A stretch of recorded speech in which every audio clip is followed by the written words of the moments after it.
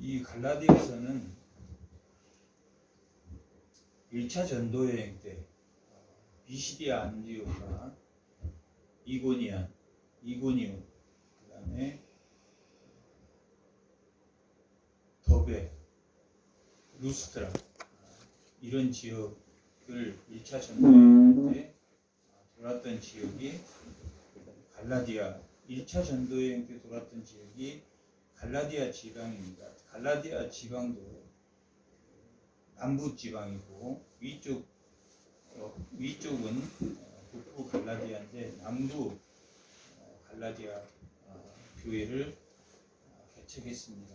남부 그 갈라디아 지방을 개척했는데 그들이 신앙이 굉장히 좋았습니다.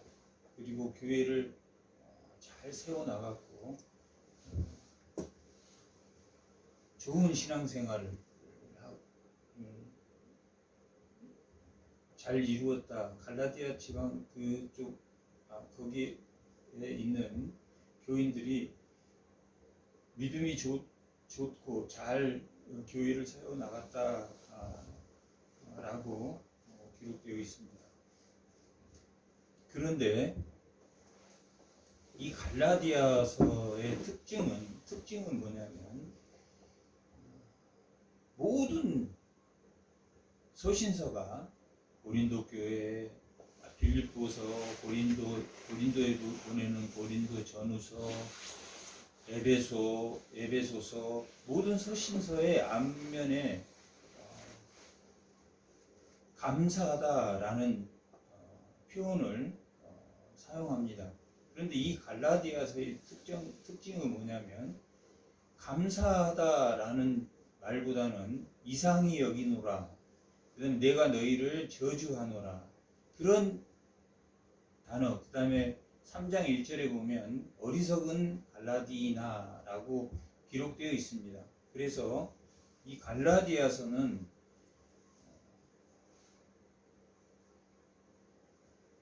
바른 복음을 전했던 이 사도 바울에게 바른 복음이 아닌 다른 복음, 사도 바울이 전한 다른 복음이 아닌 다른 복음을 전하는 사람들이 그 안에 있었기 때문에 그들이 고린도 교회도 마찬가지로 그 고린도 교회는 믿음이 없는 자들이 그 고린도 교회의 주도권을 가졌기 때문에 그들의 영향, 말을 혼잡하게 하는 철학이나 신화를 그리고 쾌락주의나 또 금욕주의에 관한 그런 율법적인 행동과 또 음행 이런 것들이 주요했고 사도권에 대한 도전이 심했었는데 여기는 믿음이 다 좋은 가운데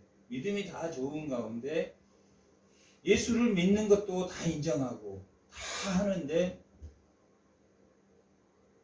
율법을 지키자, 우리가 예수를 믿어도 율법을 지키자 하는 것과 할례를 해야 된다, 이 두 가지 문제로 인해서 이상히 여긴다, 내가 그런 사람을 저주한다 라는 용어로 1장부터 그렇게 기록되어 있습니다. 그래서 다른 복음이라는 게 뭐냐 하는 것을 설명해 주는데 오늘 두 언약이 다른 복음을 의미하는 것입니다. 율법과 복음. 율법과 복음은 다르다. 복음이 들어왔을 때는 율법이 필요 없는 것이 아니라 율법이 의로서 율법이 그 자리를 내놓는 것이다 라는 것을 설명하고 있는데 율법이 나쁜 것이 아니되 율법이 나쁘다는 뜻이 아니라 이걸 갈라디아서를 읽어보면 율법이 쫓겨났다, 율법을 폐했다 그렇게 기록되어 있지만 또 폐한 것이 아니다 라고 기록되어 있기도 합니다. 이것은 뭘 의미하냐면 율법이 복음과 함께 그 의가 함께 존재할 수는 없으나 그 복음을 받아들이는 사람은 무엇도 함께 받아들이진 상황입니까? 율법도 그 복음 안에 이미 흡수되어 있기 때문에 예수를 믿는 자, 예수의 믿음으로 의에 이르는 자는 율법도 예수가 완성했기 때문에 완성된 것이다 라는 것을 의미하는데, 지금 갈라디아에 있는 믿음이 있다고 하는 중추적인 역할을 하는 사람들이, 지도자들이 율법도 믿어야 된다. 율법도 우리가 예수를 믿지만, 예수를 구주로 믿고 예수를 믿지만 율법도 함께 믿어야 된다. 그리고 할례나 할례를 우리가 하나님의 백성으로 할례를 해야 된다라는 그런 복음을 전했는데, 그게 영향을 미쳤습니까? 안 미쳤습니까?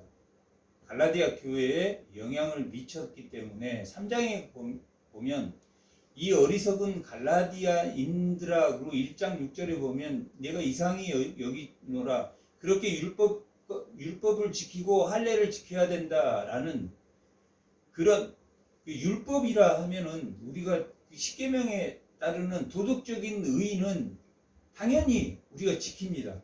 그런데 율법은 도덕적인 의의가 있는 게 아니라 의식법과 시민법. 하나님 백성이 되려면 할례를 해야 시민이 되는 거고, 또 의식법은 그 옛날 제사를 드려서 양에게 죄를 전가해서 제사장이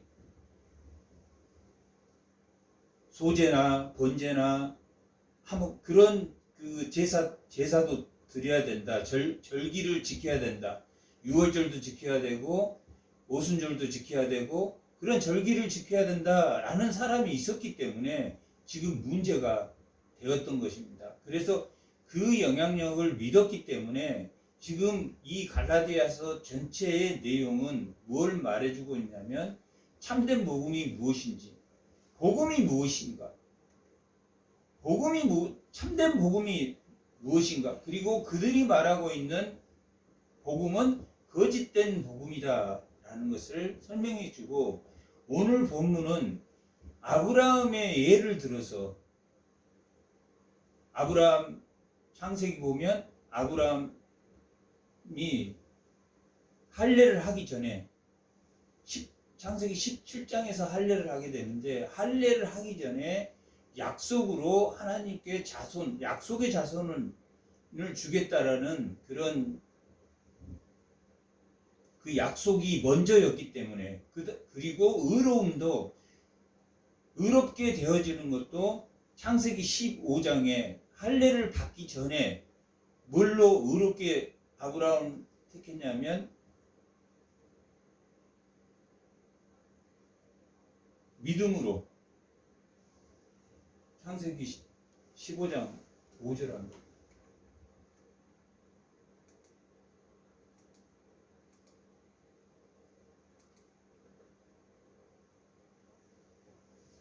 그들을 이끌고 밖으로 나가 이르되 하늘을 우러러 무뼈를 셀 수 있는다. 또 그에게 이르되 내 자손이 이와 같으리라 할 때, 이 자손이 예수 그리스도를 의미합니다. 내 자손이 이와 같으리라. 하나님이 여호와를 믿으니 여호와께서 이를 그의 공의로, 아브라함이 하나님을 믿었다, 이 말을 믿었다, 예수님을 믿었다. 이 내용은 참된 복음이 무엇인가? 참된 복음은 하나님이 아브라함에게 복음을 먼저 주었고, 율법은 모세를 통해서 율법을 주었고, 그 다음에 아브라함을 통해서 7장에 할례를 하라고 주었는데, 그 할례를 하고 율법을 준 이유에 대해서 기록하고 2장부터 4장까지 그 이유에 대해서 기록하고 있는데, 오늘 본문은 그 4장 제일 마지막 부분으로 그 결론 부분입니다. 결론 부분인데 누구를 예를 들어서 이야기를 하냐면 하갈과 사라를 통해서 참된 복음이 어떤 거고 잘못된 복음이 어떤 거다. 그 다음에 율법을 준 이유, 복음이 오기 전에 복음을 먼저 주었고 할례와 율법은 나중에 주었지만 복음이 오기 전에 뭐가 와야 되냐면 율법이 와야 된다. 복음이 오기 전에 율법에 대한 율법이 무엇인지를 알아야지만이 참된 복음이 올 수 있기 때문에 율법을 준 것이다 라고 설명하고 있는 내용입니다. 왜 이 율법이 복음보다 먼저 와야 되냐면 이 율법은 초등교사다 라고 이 3장에는 기록하고 있습니다. 율법은 초등교사다 라고 하는 게 아이들이 자라나기 전에 당시 그 낮은 계층의 학식이 높은 노예라든가 이런 노예를 통해서 그 자녀들을 가르쳤는데 그걸 초등교사라다 몽학 선생이다 라고 다음 것을 배우기 위한 몽학 선생이다. 왜 다음 것을 배우기 위한 거냐면 우리가 기초가 없으면 기초를 배워야지 다음에 이론적인 원리를 배울 수 있는 것처럼 기초가 없이 이론을 배울 수 없는 것처럼 이 초등학문 율법이 없이 복음은 반드시 율법이 없이는 복음을 받아들일 수가 없기 때문에 그러니까 모든 사람이 복음을 받아들이기 전에는 뭘 느낍니까? 세상 사람도 죄의식을 느끼고 이 교회 안에 처음에 들어와도 뭘 느낍니까? 죄의식을 느낀다. 죄의식을 느끼게 해주는 것이 율법입니다. 죄의식을 느끼지 않고는 복음으로 갈 수가 없습니다. 그래서 이 율법은 이 구약의 율법은 구약 때 율법만 주었습니까? 구약 때 복음을 주었습니까? 복음을 주었습니다. 복음을 주었는데 그 복음을 믿는 사람, 아브라함은 그 복음을 믿었습니다. 믿음으로 하나님이 의롭게 보았으니까. 의롭게 되는 것은 오직 의로 의롭게 됩니까? 아니면 믿음으로만 의롭게 됩니까? 믿음으로만 의롭게 된다라는 것을 아브라함은 알았기 때문에 아브라함은 15장에 예 대답하고 믿음으로 의롭게 되었고 율법으로 그 다음에 율법을 주신 이유는 뭐라고 주셨다는 이야기입니까? 죄를 깨달으라고 주셨다. 율법은 죄를 깨달으라고 주신 겁니다. 율법은 죄를 깨달으라고 주신 거고 그 율법 안에서 차별이 무엇인지 율법은 차별하는 법입니까? 차별하지 않는 법입니까? 차별하는 법이라고 그랬습니다. 율법은 무엇과 무엇을 차별합니까? 하나님의 백성과 믿지 않는 사람을 차별합니다. 교회는 예수 안 믿는 사람하고 예수 믿는 사람하고 차별합니까? 안 합니까? 차별하지 않습니다. 그 사람은 언제 믿을지 모르는 사람이고 여기는 믿은 사람일 뿐이지 언제 믿을지 예수 안 믿는 사람을 차별하는 것은 율법입니다. 율법에는 뭐가 있습니까? 정죄가 있습니다. 정죄라는 게 뭡니까? 죄를 정했다라는 뜻입니다. 뭐라고 정했습니까? 율법으로는 반드시 죽으리라.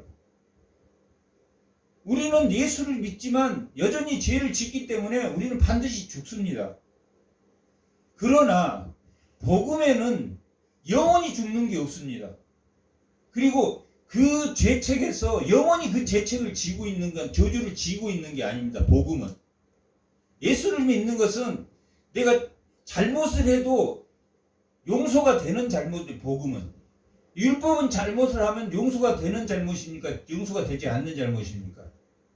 율법은 용서가 되지가 않습니다. 율법은 정죄합니다. 정죄. 죄를 정한단 말이에요. 너는 징역 2년, 너는 징역 3년 판단하고 차별한다. 율법은.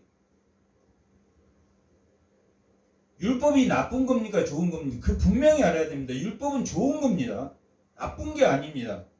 그러나 다 지킬 수 있습니까? 다 지키지 못합니까? 다 지키지 못해서 우리가 율법 안에 있으면 정죄를 받습니다. 용서를 받지 못하고 정죄를 받기 때문에 죽은 목숨입니다. 쉽게 이야기하면. 그러나 복음 안에 있으면 우리가 잘못합니까? 안 합니까? 죽을 때까지. 성화 과정에서 수없이 잘못합니다. 그러나 죄가 용서됩니까? 안 용서됩니까? 왜 용서가 됩니까? 그런 예수님이 십자가에서 그 저주를 다 받았기 때문에. 그런데 교회에 와도 교회 안에서도 정죄한 사람이 지금 갈라디아 교회에 있었습니까? 없었습니까? 있었습니다. 갈라디아에. 정죄하는 사람이 있었습니다. 10계명이 어떻게 되어 있습니까? 9계명까지는 뭘 어떻게 되어 있습니까? 행동을 하지 마는 겁니다. 지켜야 되는 겁니다. 10계명 마지막 계명은 탐심, 어디 행위에 대한 행위로 지키는 겁니까? 아니면 탐내지 말라는 마음으로 지켜야 되는 겁니다. 마음으로 지켜야 됩니다. 그래서 10계명의 도덕법은 우리가 지키는 겁니다. 마음으로 지켜야 되는 거기 때문에. 그러나 무슨 법과 무슨 법은 없어졌습니까? 의식법과 심의법, 할례와 우리가 안식일을 지키려면 토요일을 지켜야 됩니다. 안식일을 지킵니까? 안 지킵니까? 안식일을 안 지킨단 말이에요. 예수님이 죽으시고 부활하신 날을 우리가 주일을 택해서 지킨다. 복음에는 다시 살아나는 게 있습니까? 없습니까? 살아나는 게 있습니다. 예수가 우리의 저주를 다 받았기 때문에 우리가 잘못하고 죽을 때까지 잘못합니다. 그러니까 복음을 믿는 사람은 용서를 받습니다. 그러니까 갈라디아 교인이 어리석습니까? 안 돼. 너희는 과거로 돌아가려고 영원히 죽으려고 하느냐? 이 바보들아, 영원히 죽으려고 옛날로 돌아가려고 하느냐? 지금 갈라디아 교인들에게 그렇게 말하고 있습니다. 너희 복음이 다른 복음이 선포됐다. 그래서 다른 복음을 주장하는 사람들이 율법도 지키고 예수도 믿고 율법도 지키고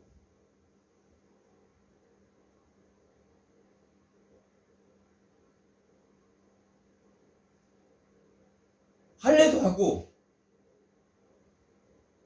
두 가지 다 지키면 좋지 않냐? 그런데 두 가지가 같이 존재합니까? 못합니까?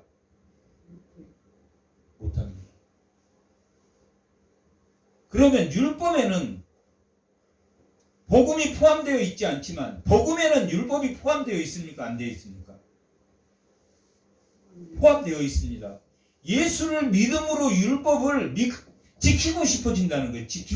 지키려고 우리가 길거리에 가면서 신호등이 있으면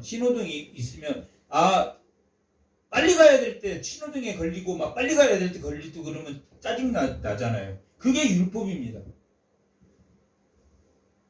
타인이 나를 통제하는 것은 율법입니다. 하나님이 나를 통제하는 것, 그게 율법입니다.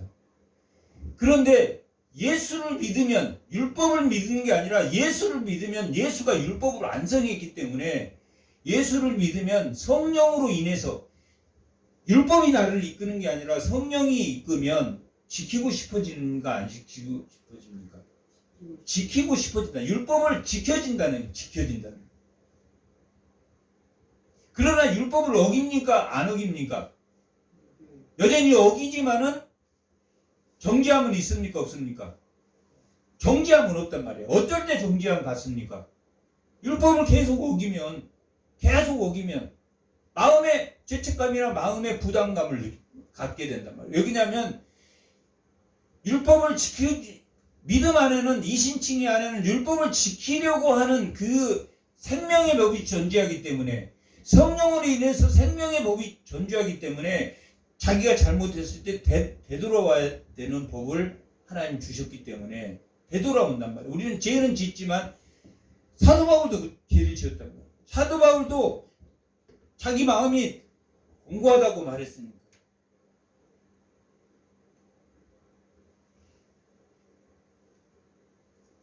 그래서 율법 아래 있는 자들아 라고 말하고, 이 갈라디아인들아 라고 말하고, 이 저주를 받을 것이다. 1장 8절 6절 한번 6절 갈라디아서 6장 6절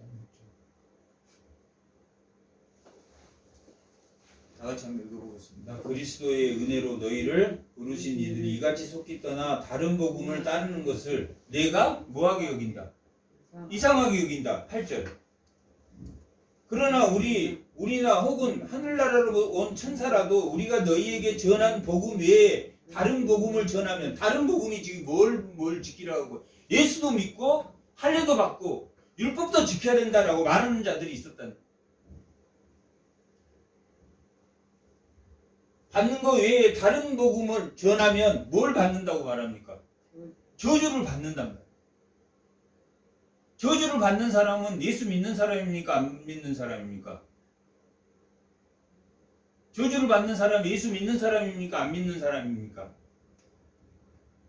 복음에는 저주가 있습니까? 없습니까? 복음에는 저주가 없단 말이에요. 복음에는. 뭐에만 저주가 있습니까? 율법은 율법도 의입니다. 하나님의 의입니다. 다 지킬 수 없어서 우리가 율법에는 의가 없다라고 말합니다.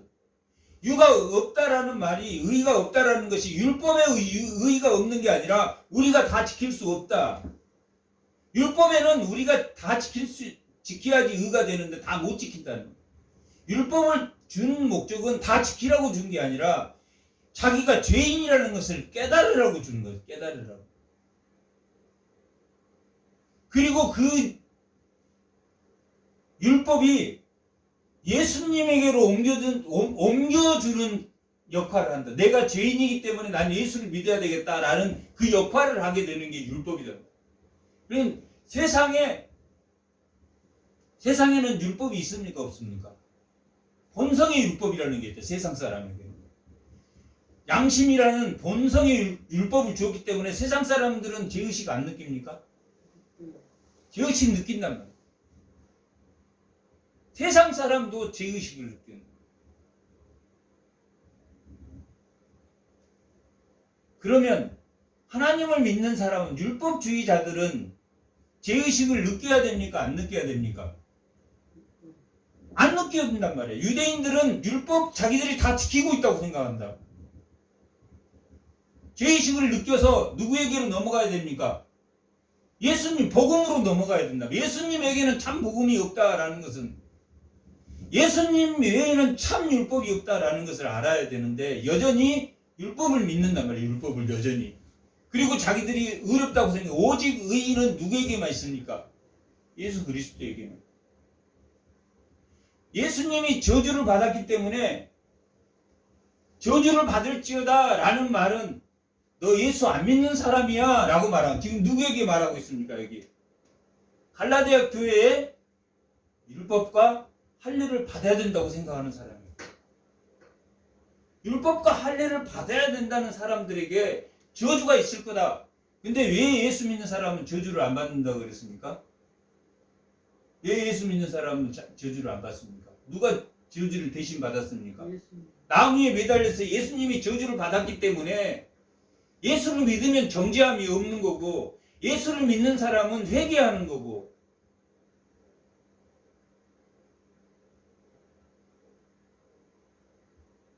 성령의 인도를 받기 때문에, 하나님이 함께 하시기 때문에 저주를 받을 수가 없단 말이에요. 저주를 줄 수도 없고. 그것을 예를 들어서 오늘 본문은 예를 들어서 설명한 내용입니다. 21절은 21절부터 갈라디아. 복음은 뭐 때문에, 율법은 뭐 때문에 줬다 그랬습니까? 죄를 깨달아서 누구에게 옮겨가라고, 복음으로 옮겨가라고 주신 거예요. 율법은. 율법이 없이는 복음으로 갈 수 있습니까? 없습니까? 율법 없이도 복음 갈 수 있습니까? 내가 죄인인 걸 모르고 예수님이 십자가에 나에서, 내가 죄인인 걸 알고 예수님이 십자가에 죽은 걸 감사하게 생각해서 복음으로 넘어갔잖아요. 그죠? 내가 죄인인 걸 아는 것이 율법입니다. 세상 사람들이 교회에 들어올 때 번성의 율법으로도 자기가 죄인이라는 걸 알기 때문에 교회에 와서 회개하고 예수님을 만나는 겁니다. 뭐가 필요합니까? 율법이 필요하다. 번성의 율법이, 세상 사람에게는 번성의 율법이, 이 성경 말씀이, 율법의 말씀이 우리를 죄를 깨닫게 하는 역할입니다. 그리고 복음으로 연결을 해주는 역할만 한답니다. 복음이 들어왔다 그러면 성도는 뭐의, 율법의 인도를 받습니까? 성령의 인도를 받습니까? 율법의 인도를 받는 게 아니라 성령의 인도를 받는다. 대신 잘못을 합니까? 예수 믿어도 잘못합니까? 안 합니까? 잘못을 할 때는 누가 그걸 깨닫게 해줍니까? 율법이 깨닫게 해주는 역할을 한다. 그런데 율법이 깨닫게 해줄 때 구약, 예수를 안 믿는 사람은 정죄함을 받아서 죽으면 사망이지만, 예수를 믿는 사람은 그 율법이 나를 깨닫게 해서 회개하게 하면, 은혜 언약은, 행위 언약은 잘못하면, 그 잘못을 하면 깨져가지고 구원 안 해줍니다. 행위 언약은. 그래서 에덴 동산에서 쫓겨났습니까? 안 쫓겨났습니까? 선악과를 따먹지 마라가 행위 언약입니다. 그런데 이 율법을 행위로, 의로 여기면 됩니까? 안 됩니까? 은혜로 주신 거란 말이야. 이 은혜, 율법도 뭘로 주셨냐면 은혜로 주셨단 말이야. 은혜로.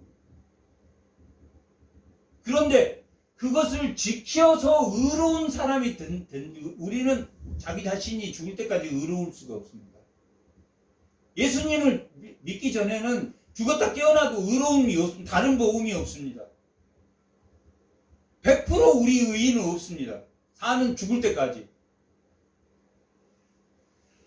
그러나 구원에서 떨어집니까? 안 떨어집니까? 예수를 믿으면 구원에서 안 떨어집니다.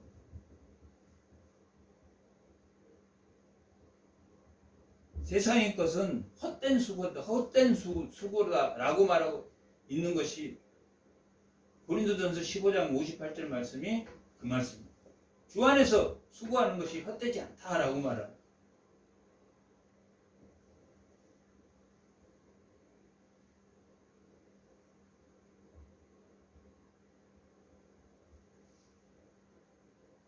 그렇게 율법에는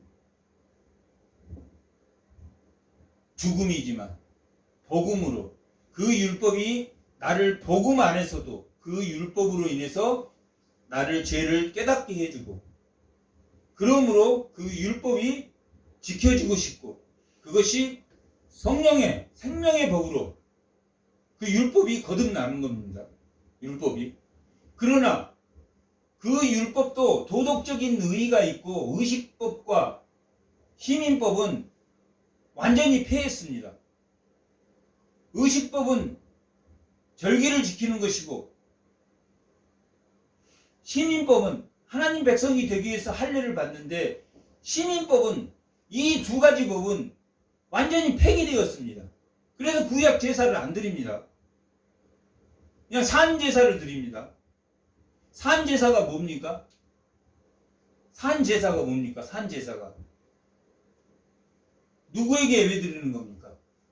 예수님께 예배드리는 게 산 제사입니다. 예수님이 나 대신 죽었으니까 내가 살아서 제사를 드리는 거예요. 구약은 내 죄를 전가해서 죽여서 제사를 지르는, 생명을 죽여서 제사를 지르지만, 예수를 믿으면 예수님이 죽었다면, 대신 죽었기 때문에 내가 산 제사를 드리는 거예요. 이것을 무슨 예배라고 그럽니까? 영적 예배다라고 로마서 12장 1절에는 산 제물로, 내가 예수님이 나 대신 저주를 받았다고 믿고 있는 제사가 산제사란 말이에요. 그리고 이것이 무슨 예배라고 그랬습니까? 구약에 제물을 드리는 예배입니까? 아니면 영적 예배입니까? 영적 예배단 말이에요. 영적 예배. 구약 제사로 같으면 지금 짐승 들고 와서 여기서 피 쪼개고 태우고 또 그 연기를 맡고 똥은 갖다가 성벽 밖에 버리고 옷은 빨아 입고 그 제사 드리기 3일 전에 정결 의식하고 그게 산제사입니다. 이 예수님을 향해서 드리는 예배가 영적 예배다. 로마서 12장 1절의 말씀처럼 그게 영적 예배다라고 말합니다.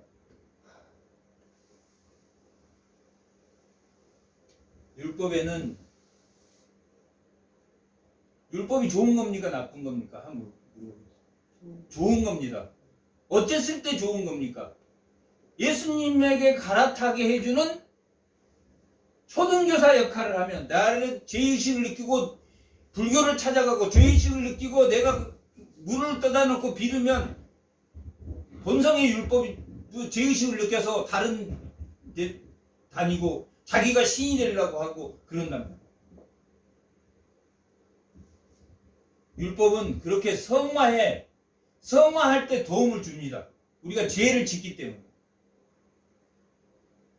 그걸 죄를 짓지 않도록 도와주는 게 율법입니다. 그리고 예수의 끈을 안 놓으려고 하는 것도 율법의 역할입니다. 왜? 예수의 끈을 놓으면 죄의 구렁텅이로 빠집니다. 빠지지 않게 해주는 것이 율법의 역할입니다. 그렇지, 그 율법을 다 지키면 의입니다. 근데 다 지킬 수 없기 때문에 우리는 율법의 의의가 없다라고 말하는 거예요. 의의가 없다라는 것은 그 율법의 의의가 없는 게 아니라 율법을 다 지킬 수 없다. 다 지켜야지 의인데 너희들은 지킬 수 없다라고 기록되어 있는 거예요.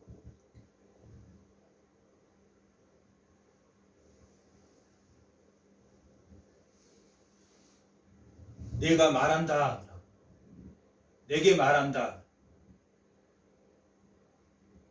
뭐라고 말을 하냐면 율법 아래에 있는 자들이 뭐라고 말하냐면 뭐라고 말했다고 제가 말했습니까? 뭣도 지키라고 말했습니까? 율법도 지키고 달과 절기도 지키고 그 다음에 할례도 하고 의식법도 지키고 할례도 하자. 그렇게 말하는 자들아, 율법을 듣지 못하였느냐?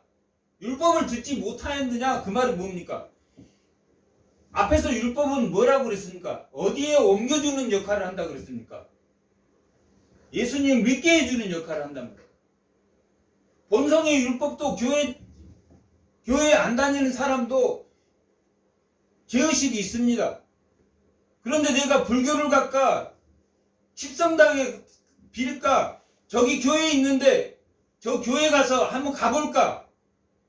그런 마음을 안 가진 사람은 한 사람도 없습니다. 큰 교회 가면 뭐가 좋습니까? 상당하면 사람들 많이 오고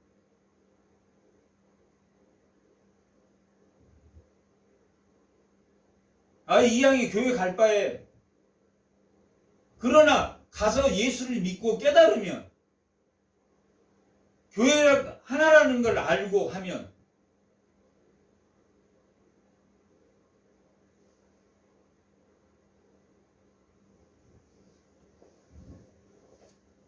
그러나 모든 사람들이 세상에 있는 사람들도 교회를 가봐야 되나 어디를 가봐야 되나 다 그런 죄의식이 있단 말이에요.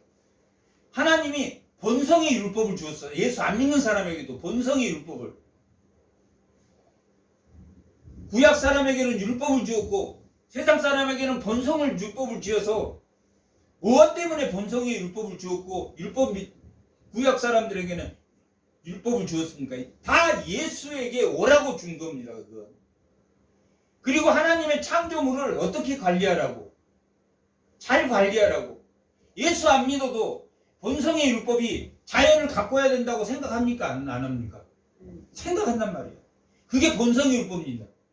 그런데 안 믿는 사람이 더 생명을 아끼고 더 하고 그 예수를 안 믿어도 본성의 율법이 있기 때문에 예수 안 믿는 사람보다 더 못하는 사람이 세버렸습니다.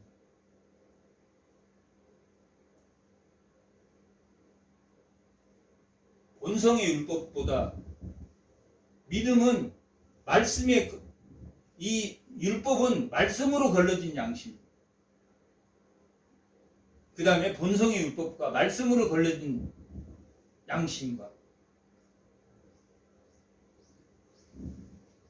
너희가 율법을 듣지 못했느냐?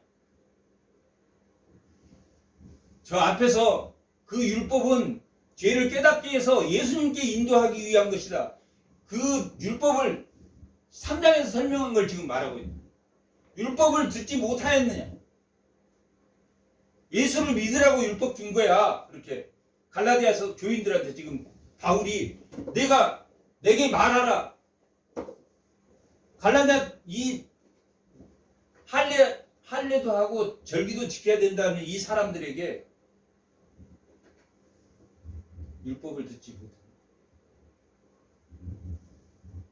기록된 바 아브라함에게는 두 아들이 있었으니 하나는 여종에게서 하나는 자유 있는 여자에게 하나는 하갈에게서 하나는 사라에게서 났다 하였으며 하나는 사라의 아들이 누굽니까? 사라의 아들이 이삭. 그 다음에 하갈의 아들이 누굽니까? 이스마엘. 이스마엘의 하갈의 아들. 조금만 올려주세요.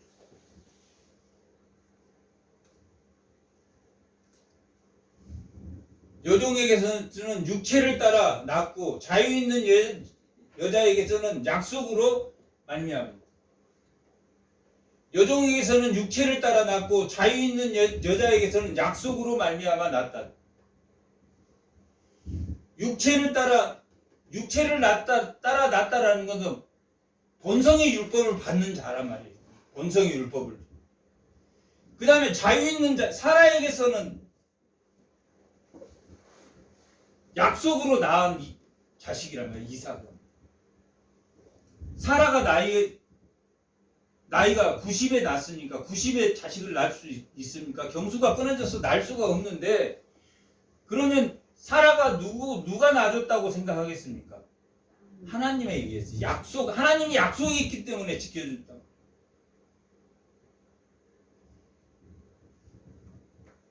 약속으로 낳은 자식이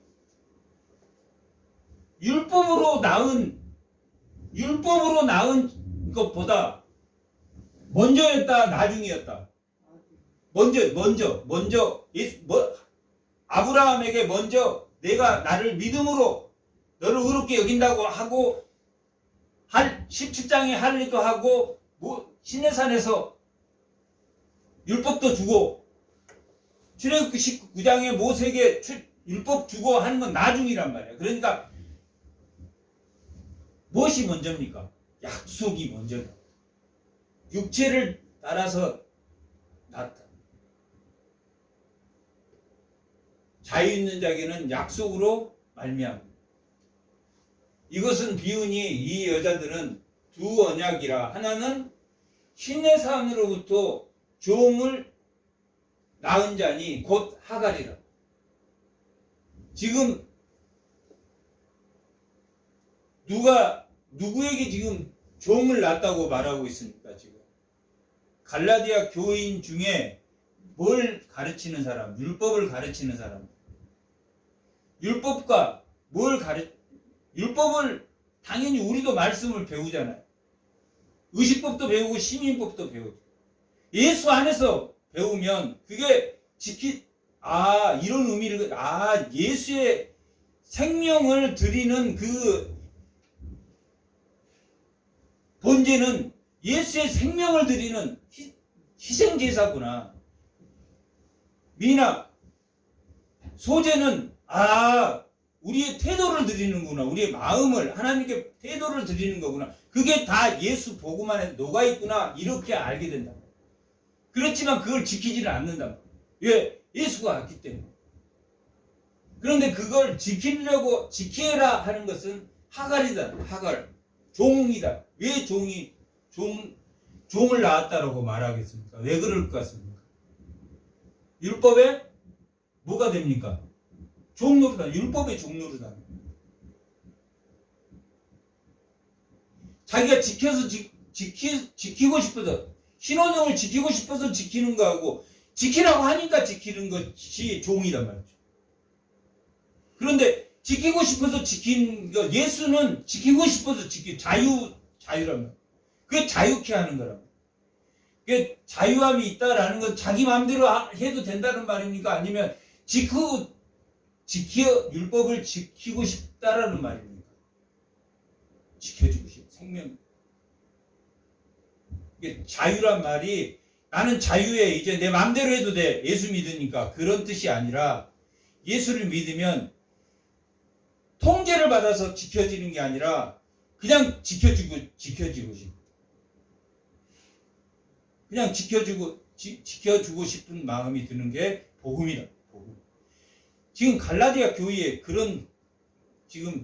그래서 오직하면 사도 바울이 저주를 받을 것이다. 이상하게 여기노라. 이 어리석은 갈라디아인들아, 왜 다시 율법으로 더 종이 되려고 하느냐? 종이 되려고 하느냐? 예수도 믿고 할례도 하고 의식법도 지키면 뭐의 종 노릇하는 겁니까? 법의 종 노릇하는 거예요. 법에.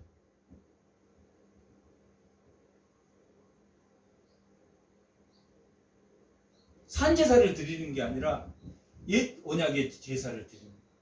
종이다. 하고 싶어서 하는 것이 아니라, 예수를 믿으면 성령이 나를 이끌기 때문에 하고 싶어서 해지는 거라. 사도 바울이 안타까운 마음으로 이 갈라디아 교인들에게 편지를 보낸 겁니다. 그렇게 잘 믿던 사람들이, 몇몇 사람들이 그렇게 흔들어 버리니까 다 흔들렸다.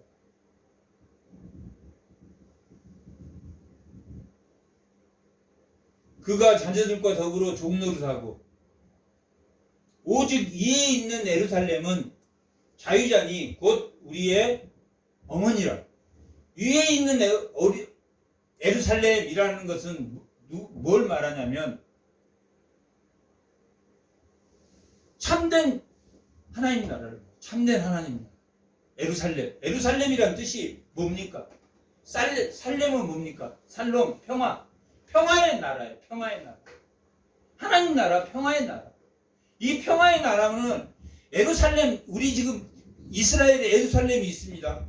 거기를 에루살렘이라고 하죠. 그러면 시내산에 하나님이 임재하면 시내산이 평화의 나라가 됩니까? 안 됩니까? 평화의 나라가 됩니다. 하나님이 임재한 곳이 에루살렘이라. 에루살렘은, 땅의 에루살렘은 이스라엘의 에루살렘이지만 어디가 있는 곳이 참된 에루살렘이다. 위에 있는 에루살렘이다. 지금 오늘 본문 말하는 거, 우리의 어머니다라고. 약속으로 낳은 자들이 모이는 곳이 어디입니까? 약속으로 낳은 사라가 약속으로 자식을 낳았으니까 그 자식이 어디에 모입니까? 오늘날 어디에 모입니까? 교회에 모인단 말이에요. 이게 위에 예루살렘은 크게는 하나님 천국이지만, 이 땅에서는, 이 땅에 맛보는 천국은 이 교회를 의미하는 거예요. 교회는 몸된 성전입니다. 우리가 다 교회이기 때문에. 건물이 교회가 아니라 몸된 성전이 교회이기 때문에, 여기 우리의 어머니라, 자유자니 곧 우리의 어머니라 라고 말하는 그 상고로 약속으로 나온 자손들의 모이는 곳,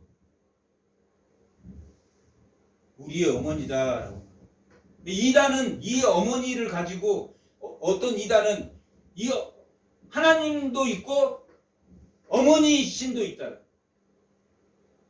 이런 이단이 있습니다. 여기 지금 이걸 애매하게 이야기해요. 위에 읽어보면 이 자녀들이 약속으로 낳은 자들이 위에 있는 예루살렘의 그 자녀들인데 그것이 곧 우리의 어머니다. 그 상고로 난 그 자녀들이 모이는 곳이다. 그 품는 곳이다. 그런 뜻이 기록된 바. 이건 이사야 54장 1절의 말씀 인용한 겁니다. 53장은 고난받는 종, 예수님이 채찍을 받고 고난받고 그래서 우리의 저주를 다 받고 십자가에 죽으시고 53장이라. 그런데 54장 1절에 보면 기록된 바 잉태하지 못한 자여 즐거워하라. 누가 잉태를 못했습니까? 위에서는 사라가 잉태를 나이가 많아서 잉태를 못해서 이제 더 이상은 못 기다립니다. 86세 때 자손을 준다고 했었는데 15년이 지났는데 몇 년이 지났는데 자손을 안 주니까 그냥 이건 그냥 하갈하고 하갈에서 자손을 보세요. 그리고 하갈을 보냈단 말이에요. 그게 틀렸단 말이에요. 예, 잉태하지 못한 자여 즐거워하라. 상고를 모르는 자여 소리질러 외치라. 이는 홀로 사는 자의 자녀보다 남편이 있는 자의 자녀보다 많음이라. 사라의 자녀가 더 많아졌다는 거예요. 사라의 자녀들은 다 약속의 자손이란 말이에요. 약속으로 예수를 믿는 사람들이 그 자손이 육체로 나와서 나 떵떵거리고 잘 사는 그 자손보다 더 많다 안 많다? 더 많아졌다. 더 부흥하리라. 형제들아 너희는 이삭과 같이 약속의 자녀라. 갈라디아 교인들아 너희는 오늘날 너희 성도들아 너희는 이삭과 같이 무슨 자녀입니까? 율법의 종의 자녀입니까? 아니면 약속의 자녀입니까? 약속의 자녀다. 그러나 그때의 육체를 따라 난 자가 성령을 따라 난 자를 박해한 것과 같이 이제도거든. 이스마엘이 이삭보다 나이가 더 먹었는데 무시하고 깔보고 함부로 대했다. 왜 함부로 정죄했겠습니까? 왜 이스마엘이 이삭을 함부로 대했을 것 같습니까? 율법주의자니까. 율법주의자는 정죄한단 말이에요. 정죄.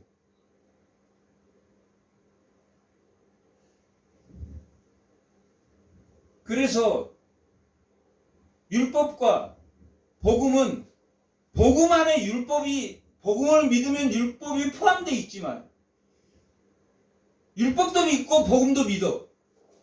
됩니까? 안 됩니까? 안 된단 말이에요. 복음을 믿으면 율법이 믿어집니까? 안 믿어집니까? 믿어진다. 지키고 싶어져. 성숙한 도덕, 윤리적이고 그 도덕법에 성숙한 사람들은 그냥 신호등 같은 것 훨씬 잘 지킨다. 법을 훨씬 더 잘 지킨다. 그런 것처럼 복음이 깊어지면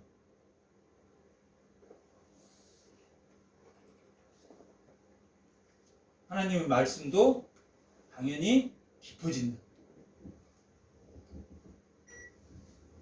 그러나 성경이 무엇을 말하느냐? 여종과 그 아들을 뭐라고 했습니까? 이스마엘과 하갈을 내쫓았습니까? 안 내쫓았습니까? 내쫓았다. 얼마나 우리가 보면 안타깝냐? 안타까워.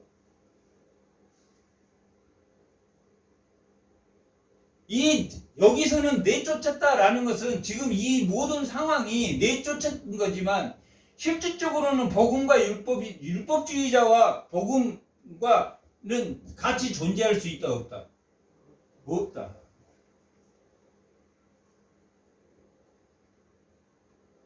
끊임없이 정죄하니까. 요정의 아들이 자유 있는 여자의 아들과 더불어 유업을 얻지 못함으로 못하리라 하였느니라. 그런즉 형제들아, 우리는 여종의 자유가 아니라 누구의 자녀입니까? 자유 있는 여자의 자녀라는 말은 약속으로 낳은 여자의 자녀랍니다. 우리는 하갈의 자녀입니까? 아니면 사라의 자녀입니까? 약속으로, 사라는 약속으로 자식을 낳았으니까 약속의 자녀랍니다. 하갈은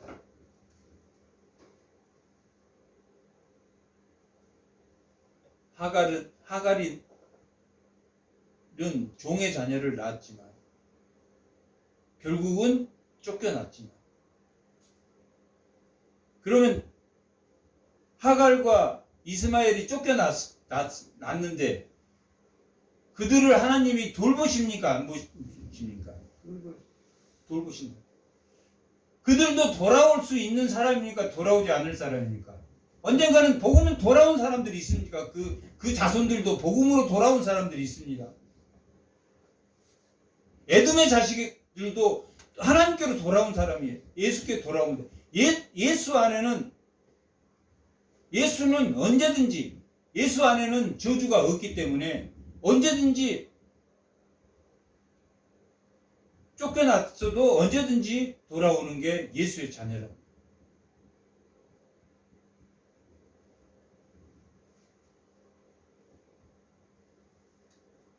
위의 예루살렘을 사모하는 약속의 자녀로서의 성도들이 다 되시는 축복을 받으시기 바랍니다. 잠깐 기도하겠습니다.